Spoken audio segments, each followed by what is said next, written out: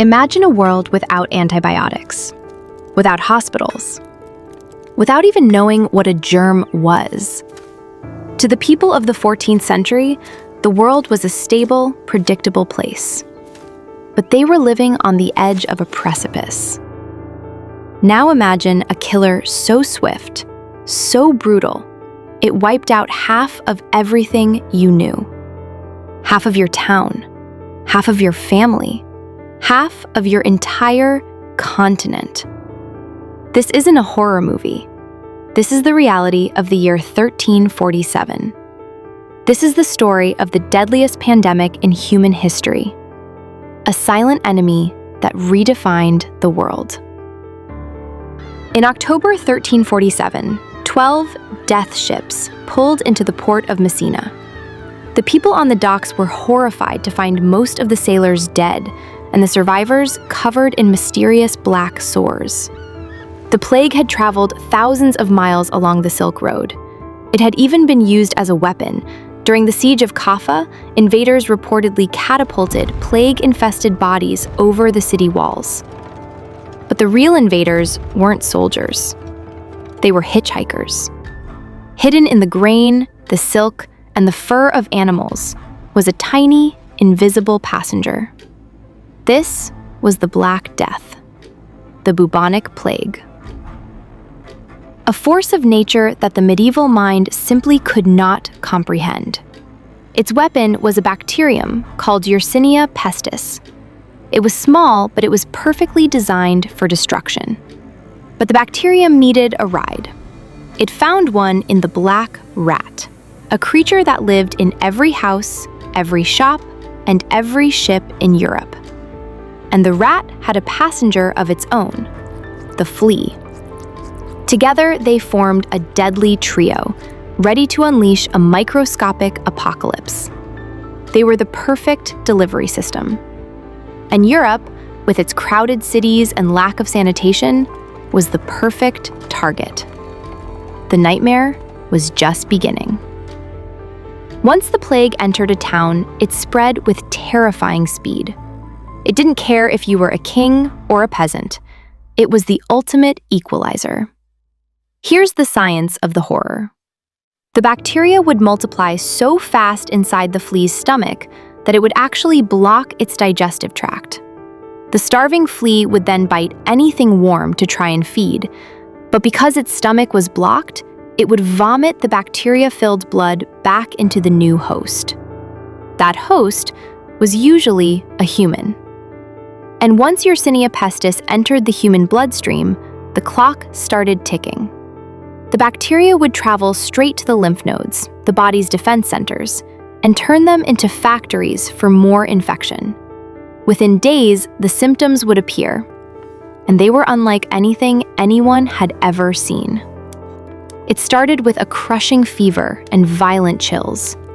Your body felt like it was being cooked from the inside out. Then came the buboes.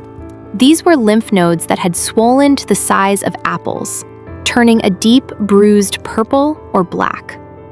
They were incredibly painful, and they gave the disease its most famous name, the bubonic plague. If the buboes turned black and the skin began to die, you knew the end was near. This was the Black Death in its most visible form. But there was a deadlier version. If the bacteria reached the lungs, it became pneumonic plague. Now you didn't even need a flea bite to get sick. You just had to breathe the same air.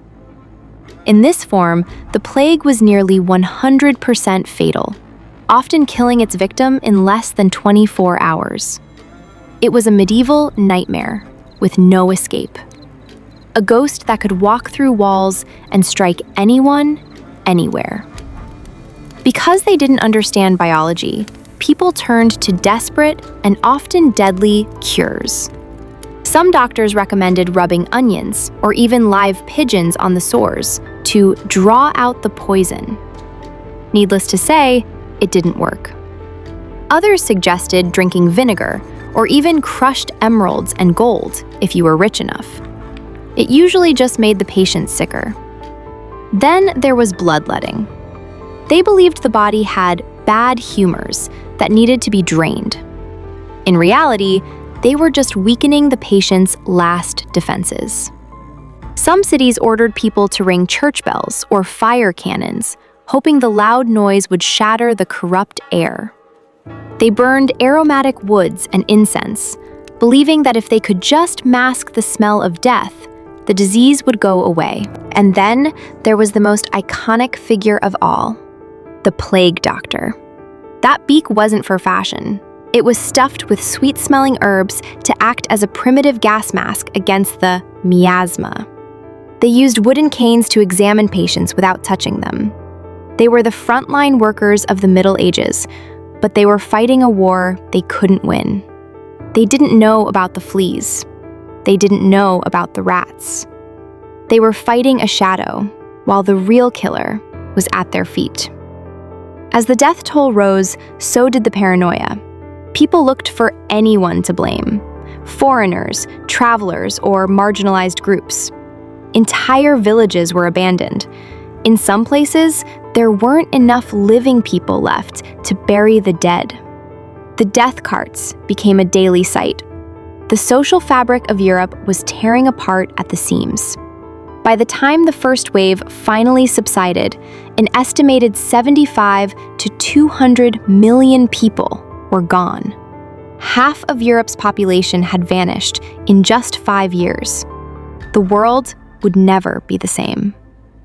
The Black Death was a catastrophe, but in its wake, it forced the world to change. With so few workers left, the surviving peasants suddenly had power. They demanded higher wages and better treatment. The old system of serfdom began to collapse. The rigid social hierarchy of the Middle Ages was broken. A new middle class began to emerge. The failure of the old cures led people to question everything. They started looking for answers in observation and logic, rather than just tradition. This shift in thinking helped spark the Renaissance. It was a rebirth of art, science, and human curiosity. From the darkness of the plague came the light of new discovery. Humanity was learning to adapt to its invisible enemies. It would take centuries, but we eventually moved from fearing miasma to understanding germs. We built better cities. We created public health systems. We learned that cleanliness wasn't just a virtue, it was a survival strategy. The Black Death had inadvertently pushed humanity toward the modern age. It was a brutal, bloody catalyst for progress. But the plague didn't go away forever. It just went into hiding, waiting for its next chance. Outbreaks continued for centuries, but as our knowledge grew, the plague's power began to fade. In the late 19th century, scientists finally identified the bacterium.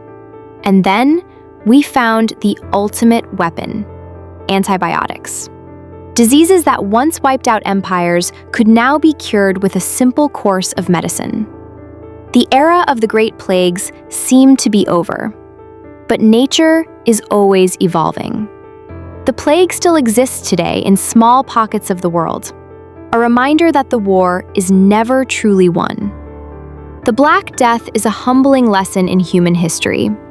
It reminds us that we are part of a biological world that we don't always control. We live in a sea of invisible life. Most of it is harmless, but some of it is waiting for the right moment to strike. But it also shows our incredible resilience. Even in our darkest hour, we found a way to survive, to learn, and to build something better. Every catastrophe in our past has been a lesson that fueled our future. We are a species defined by our ability to overcome. Today, science is our greatest shield. It is the light that keeps the shadows of the past at bay. But science only works if we remember the lessons of the past. We must stay curious, stay vigilant, and stay prepared. Because the deadliest pandemics aren't just stories of death. They are stories of life's refusal to give up. They are warnings, reminders that our health is a global responsibility.